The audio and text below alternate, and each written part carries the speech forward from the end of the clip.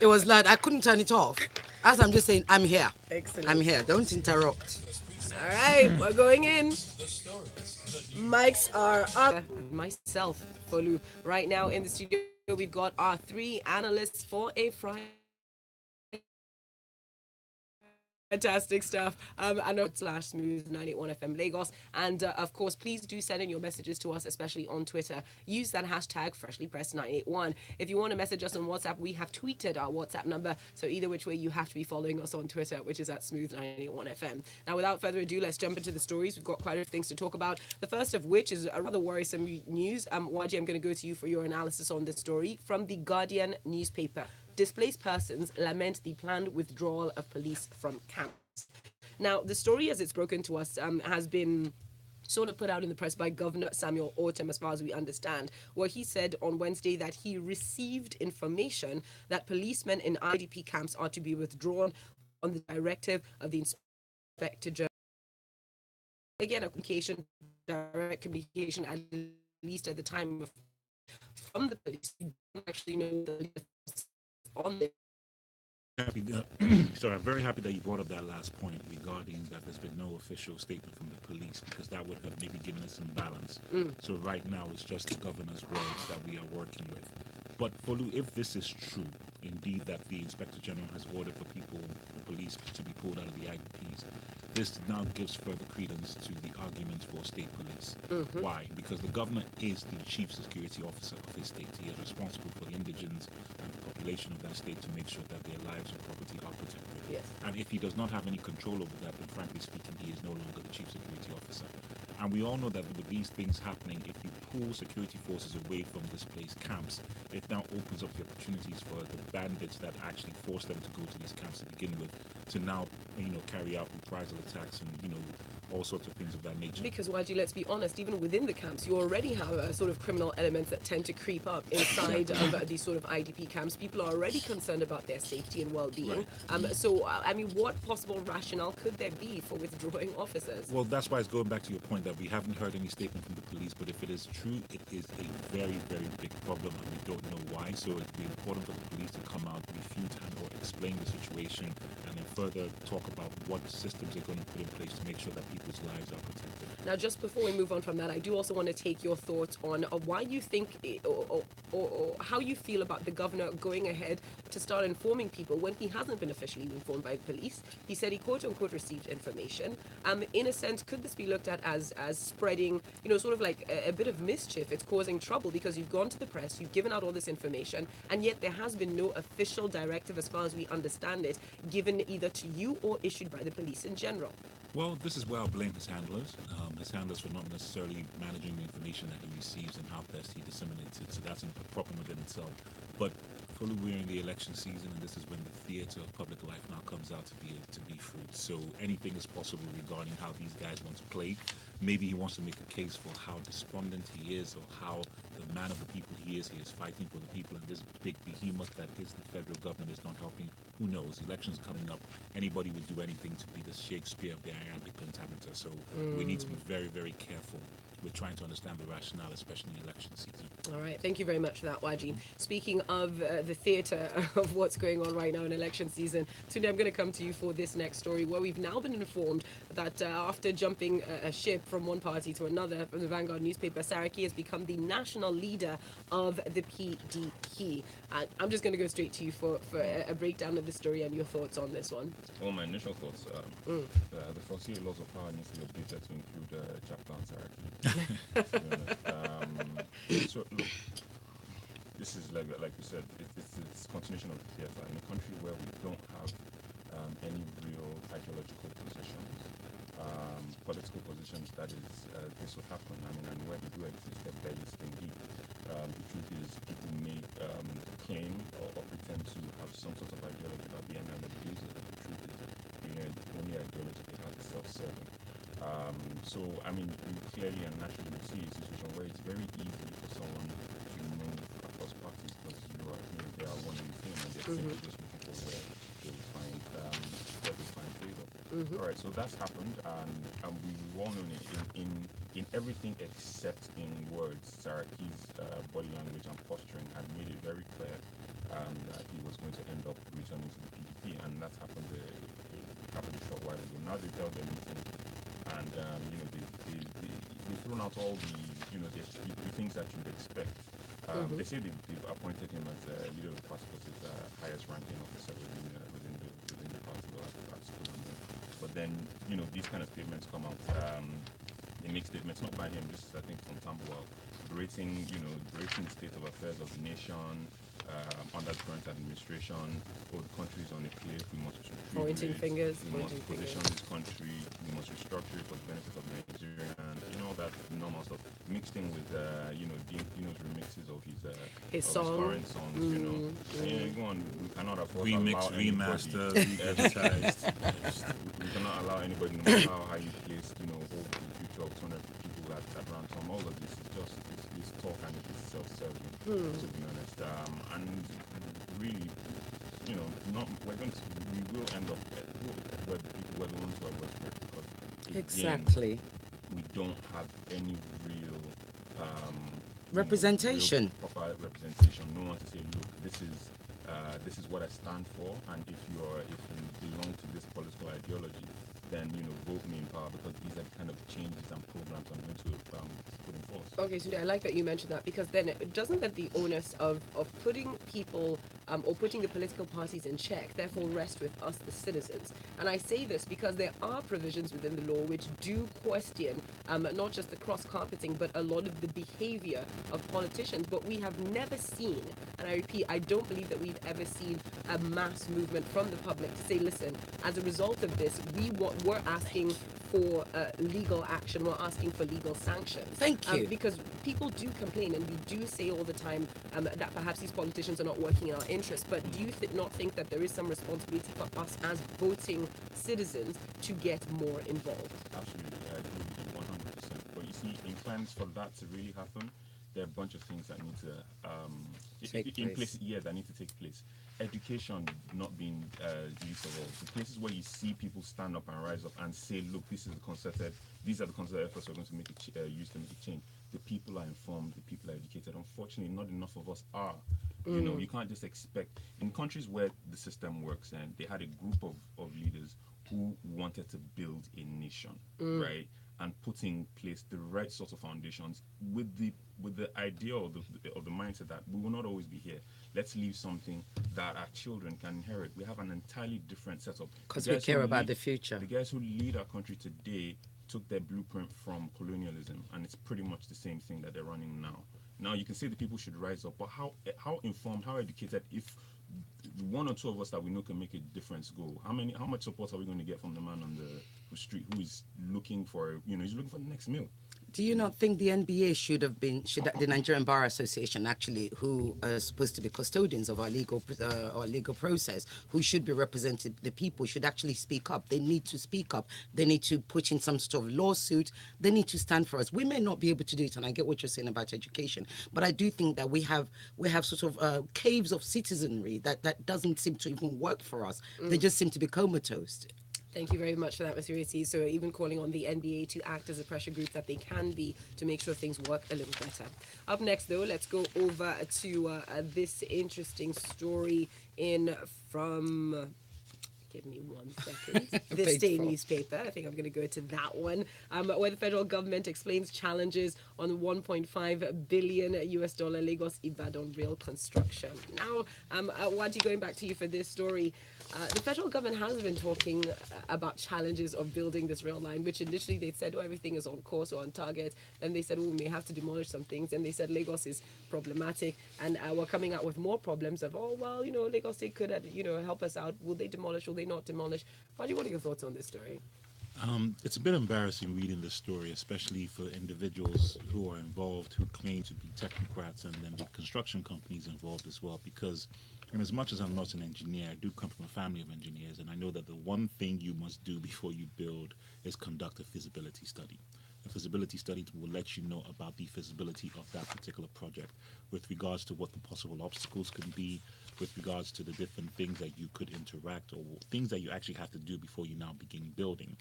Now, my issue with this is that you are saying that while you started the build and you began to now put these structures in place, you noticed that there were public utilities in the form of oil and water pipes and bridges that were going to have to be uprooted, moved, demolished, or reconstructed.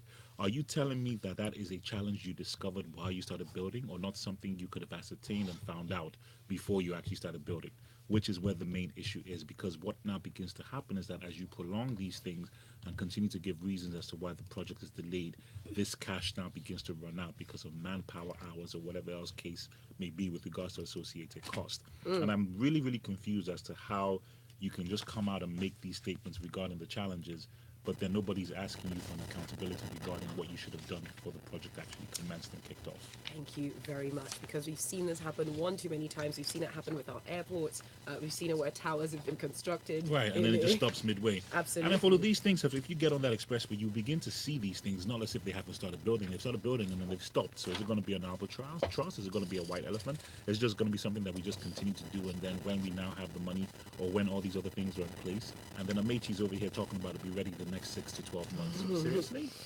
Well, let's just sidestep that and move on to our next story. This one in from the Premium Times newspaper. The federal government is to refund 489 billion naira to states, according to a senator. Now, 21 states of the federation are apparently to benefit from 489 billion naira approved by the Senate to be refunded to the states as funds spent on federal projects in their areas. Now, it was the senator representing Anambra Central, Victor Ume, who disclosed this in an interview with journalists on Thursday in Awka, which is the state capital, and he spoke in his capacity as a member of the ad hoc committee on promissory note program and bond issuance that approved the refund. Tunde, sharing more. Right. So it's always good news, right? Let's not start on it. It's always good news to hear when debt has been cleared, right? Right? It should be, right? Yes. But this does throw up a lot of questions. For instance, about what period is this debt? I mean, we're talking about 489 billion. So for what period of time? Is it since 1960, or since when we were joined together? I mean, is it 100 years ago? Which one? Then also, please, which projects? So over what period of time and which projects? In a country where the states are quick to say, no, that's under the federal government, I'm not touching it.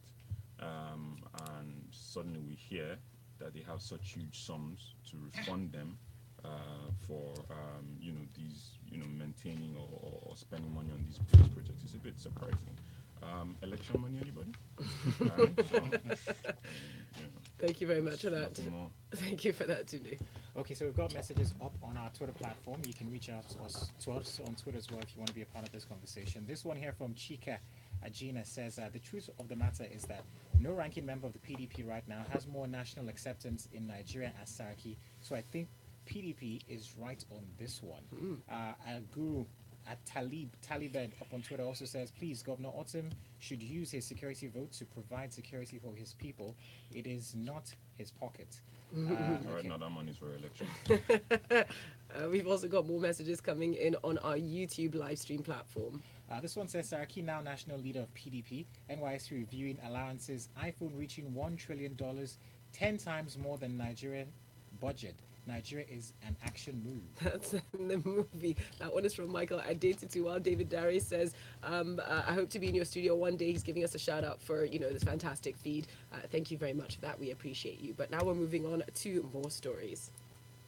All right, moving on to our next set of stories. The next one is in from the Vanguard newspaper on why I can't be arrested, says INEC Chairman Mahmood telling the court. Okay, so, Mr. Race, I'm coming over to you with this one, and it's quite interesting how he said that he can't be arrested. And like Folu mentioned, it's from the Vanguard newspaper. The chairman of the Independent National Electoral Commission, INEC, Professor Mahmood Yakubu, has challenged the validity of the arrest warrant that was issued against him by the Federal High Court in Abuja. In a 6 grounds of appeal, he lodged before the Abuja Division of Court appeal. The INEC boss maintained that he could not be arrested on the basis of a bench warrant he said was legally defective. He also urged the appellate courts to invoke its powers and void the arrest order that was issued against him by trial justice Stephen Pam. Right, so very quickly, so PDP in a number of states basically lodged a complaint, and the INEC chairman was summoned to court. This has been going on, I think, since is it 2015, 2016? Anyway, he did 2014, I beg your pardon. He didn't turn up. So a bench warrant was issued to him. Now, his lawyer is arguing that, look, you can't issue a bench warrant without finding out why he didn't turn up, number one. Number two, we didn't receive any warrant. And it basically said his lawyer actually said Justice Pam's arrest order, this is a quote, occasioned a grave miscarriage of justice, saying the judge, quote, punished Professor Yakubu for alleged non-obedience of the court's order made on the 5th of July 2018 when there was an appeal against the order. So it's all sort of, how should I say, tit for tat. The Nigerian law legal system, I find it all very complicated when it gets to this tit for tat thing. Something that should really be so straightforward. After all, we can all speak English, but hey, clearly in Nigerian law we can't. So it goes on, and the INEC Chairman is saying, look, you can't arrest me, and his reason. Now, this is what's interesting. His reason for not turning up. Hang on a minute. So bear in mind, you've got a bench warrant or whatever. You've been ordered to come to court, etc. You say you haven't received it. Is reason, yet you have a reason for not being there. How do you have a reason for not being where you didn't know you were supposed to be? And this is not the first time that he was, issued. He was Therein summoned to court. therein lies my point. So how do you have a reason? So his reason is, which according to his lawyer, that he led a team of electoral officials from the economic community of ECOWAS to Mali on a very crucial assignment. I wonder what that is. How not to rig votes? No, I didn't say that. But you know. But anyway, you've got to ask yourself, right? So are you telling me that my job is more important than the law of the land, than an order from the law? It is not. And this is what happens in Nigeria. We have to bear in mind that for as long as our senior citizens, lawmakers, etc., continue to disrespect, abuse, ignore orders, and they call it an order for a reason. It's not a discussion, it's not an option, it's not a maybe, it's not an if, it's an order, as in go, you must be there. And for as long as they continue to ignore it, how do you expect ordinary citizens? If we were on my NYSC story, this would be a really good segue into it. But we'll wait for that, and I'll tell you how they relate. All right. Okay. Thank you very much for that, Mr. Ireti. Okay, coming to you with this one, Nwaji. CBN is taking a hard stance. They're saying that sanctioning banks for clearing system default. And this comes from the Vanguard newspaper. Now, the Central Bank of Nigeria has prescribed 26 sanctions, which includes payment of fines against banks that flout the Nigerian bankers' clearing system rules. Now, the sanctions were contained in the revised MBCS rules released by the Apex Bank via a circular signed by the Director of Banking and Payment System Departments. That's Dikpo Fatukum. And according to the operation of automated clearing system, speedy and efficient collection of checks, bills, and payments instruments payable or deliverable to member banks and the MBCS and systems of clearing is what they're going to be taking a look at, and based on sanctions rather. All right, so quite a mouthful when you go through it. But basically, what this is doing is just making sure that the necessary checks and balance and regulations are in place so that when, and Tunde, this is right up your street with regards to transfers and payments and making sure that the banks and financial institutions are doing what they're supposed to be doing. A lot of banks and financial institutions take advantage of these things and sometimes embed hidden charges in some transactions or whatever the case may be, inflows, outflows. So they're pretty just trying to let people know that, look, we are watching you and there are going to be consequences if we are able to discover that you are doing things outside of the clearly stipulated regulations, because these things happen all the time. Every one of us have experienced something here, especially when you're penny pinching around this time of year. You look at your account, maybe you have 10,000 naira, 989 naira, then you do a transfer, then you get an alert, and it's like 200 naira short, and you're like, wait, hold on a second. And what happens is that they bank on you not noticing it because it's incremental. But these things, if you actually pay attention to it, you're asking yourself, okay, but hold on a second, where is that extra 20 naira deduction coming from? So this is basically just trying to let people know that, look, we are watching you. We know that these things happen. All of you guys do it. So basically stop doing it, because if you continue to do it, you'll be fined, you'll be sanctioned, and possibly some more charges will be levied against your institution if you continue. So I applaud it. I welcome it. I ask everybody to go familiarize themselves with this particular story and this particular law, because it affects us all, especially as we are moving more and more into a cashless system, and we are going to be doing a lot more transactions via these instruments that we have in place. So guys, please pay attention to it. If you have any concerns, reach out to your financial institutions or the regulatory authorities so that they can make sure these things are caught properly. Thank you very much for that one. Don't forget, Lagos, reach out to us on 0809-444-0981. Let's know your thoughts up on our WhatsApp platform. Going back into the story, let's talk about what the NYSC is doing right now. The NYSC assures of upward review of core members' monthly allowance. And I think this is great news. So I'm coming to you with this one, Ms. Ireti. The National Youth Service Corps yesterday said the federal government had commenced the process of reviewing core members' monthly allowance. Now, Director General of NYSC, Suleiman Kazure, disclosed this when he visited the FCT orientation camp in Kabwa as part of his tour of the orientation camps across the country, and said that the scheme received a letter that to effect from the presidency that was also copied to the Minister of Finance, basically. Yes, right. So, NYSC. First of all, let me just put it out there again. I am on the camp of End NYSC. That's the camp where I sit in. I don't know what we're going to call ourselves, but if anybody's got a pressure group they're putting together, I will sign up to it. NYSC, done, dusted. Close it. It's serving no purpose. It clearly hasn't actually achieved what it's supposed to achieve. As Nwaji and I were discussing. Yeah, so NYC was brought into bear 46 years ago for the reason of national unity after the Civil War. And it's failed woefully. Yeah, pretty Yes. much. So- So, Not feeling very unified. huh? What did you say? Don't you think that there can be improvements? Plus, with this, What sort of upward improvements? They keep assurances. killing children. Yes, but And then- they keep using them. They keep using them to sending them to places where they're not looking Kayode, after times them. have changed. But as Young you people, mentioned, are industrious. They can go sort themselves out. Exactly. People can market themselves and get And- jobs. I don't see the point of it. I don't see the point of it. And you can learn That's things just online my now. opinion. Oh, online. You know that thing where Nigerian youths are supposed to be good at You doing. see, this is my issue. using the internet. If you want it to be a year of service, then let it be a year of service. Don't tie Proper it to any service. kind of employment Thank or anything you. else. Just let it be a year of service that you want to make mandatory to your nation. After all, countries like Israel and all that do those kind of things where you have Yes. paramilitary systems. Yes. Yeah, so if you want it to be that, let it be that. And then let it be your contribution. You get paid. It's a year so that after school, I'm giving a year to my country. Don't tie it to employment. And it's a proper year where you're actually doing, a service. Sorry, Yeah. Tunde wants to make a comment before I close. Yeah. I was going to say that yes, the NYC needs to be revamped. horribly, it needs to be urgently revamped. But I'm not with scrapping it. Okay. I'm not with scrapping it. I'm with there should be something where you do serve the nation. If we were to take these comments up north, like if this was a panel up north, they'll have an entirely different view. Okay. The economy Depends on relies it. on us sending people up there. Yeah, I'd like to be making the buttons for those So horrible let's- uniforms as well. So That's let's, because no, not even the uniforms. I mean, some schools are Yeah. solely staffed. Some villages get medical doctors for a period is because someone sends someone to them, and not just the north. Even and I even love even what in you the say. east as well. And this is why I love what you say. If you want to use it as a way to actually train somebody for a year, let them pick from the minute they're leaving university which area do you want to go into.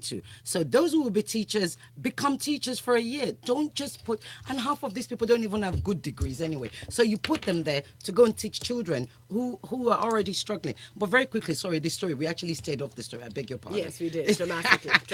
People. I can't believe how much steering away from the story was done. But carry I on. watched your eyes. So yes, apparently the money is supposed to be going up. I don't know what it is right now. It's about 20,000 now. Right. Okay. Yeah. Lovely. Let's have a party. Whoopee. It's nice. And then and then he says, he actually goes on to say.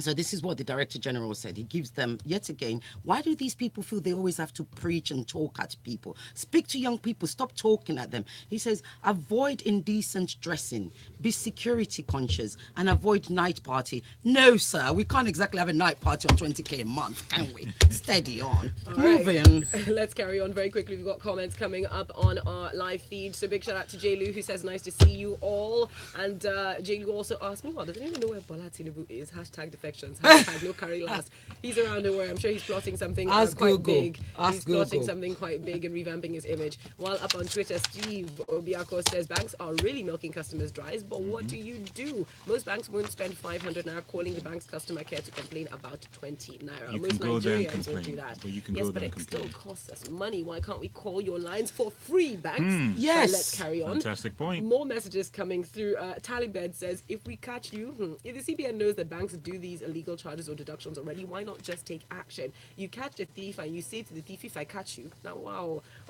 Big shout out to Mr. G Quest says, with Saraki now the national leader of PDP, the loyal party members must be feeling quite slighted and bitter. The story of the prodigal son comes to mind, while Flex Master Nate talks about the railway project, saying the issues raised by the government should have been considered at the planning stage, echoing what Waji said. It is, however, possible that relevant government agencies don't have up-to-date engineering drawings and documents which show buried utility lines along the intended railway path. Fantastic point, and that's exactly the reason. Smacks of incompetence, but let's carry on.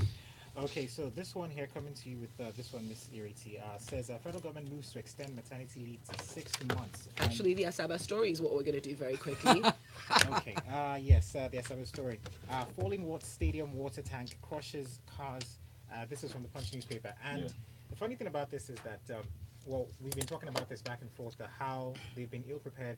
Athletes have had transportation problems, but it seems as though the problems seem to be unending as the competition has started. So I want us to start with a mental picture of our beret-wearing sports minister. That guy. Yeah, that guy. That's seeping and percolate for a minute. Where is that feel good Friday? Where's that feel good story? This question one I've is feel got good. It's not feel good. Are you not This laughing? one. It's not funny. Humor. I have a for the better bonus, one. Right? So you see, countries use events like this to showcase their nation. We have used it to showcase our nation. and show that we're a bit of a basket. But it's all good. It'll get better. It's amazing. This whole thing has been a shambles. So in this particular story, the water tank, right, which is meant to feed a swimming pool, which is still under construction for an event that is underway, crashes. And our let out or escape is at least nobody died, Thank goodness. But we thank God. It's embarrassing. It is well. It's embarrassing. From the whole transportation thing Kayode mentioned, it's a mess. Sports minister.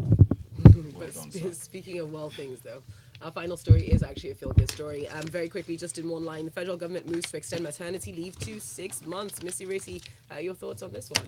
Well, my thoughts on it are great, but very quickly, this was going to be my story of total madness, and you wonder how. So the Minister of Health, Professor Isaac Adewale, totally speaks inappropriate rhetoric, says to men, get off your wife's breasts so you can yes, it's so inappropriate. How dare he totally objectify women in such a way? Did you help us pay the bird?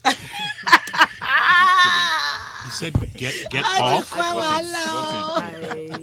It's a I don't know how to deal with this morning.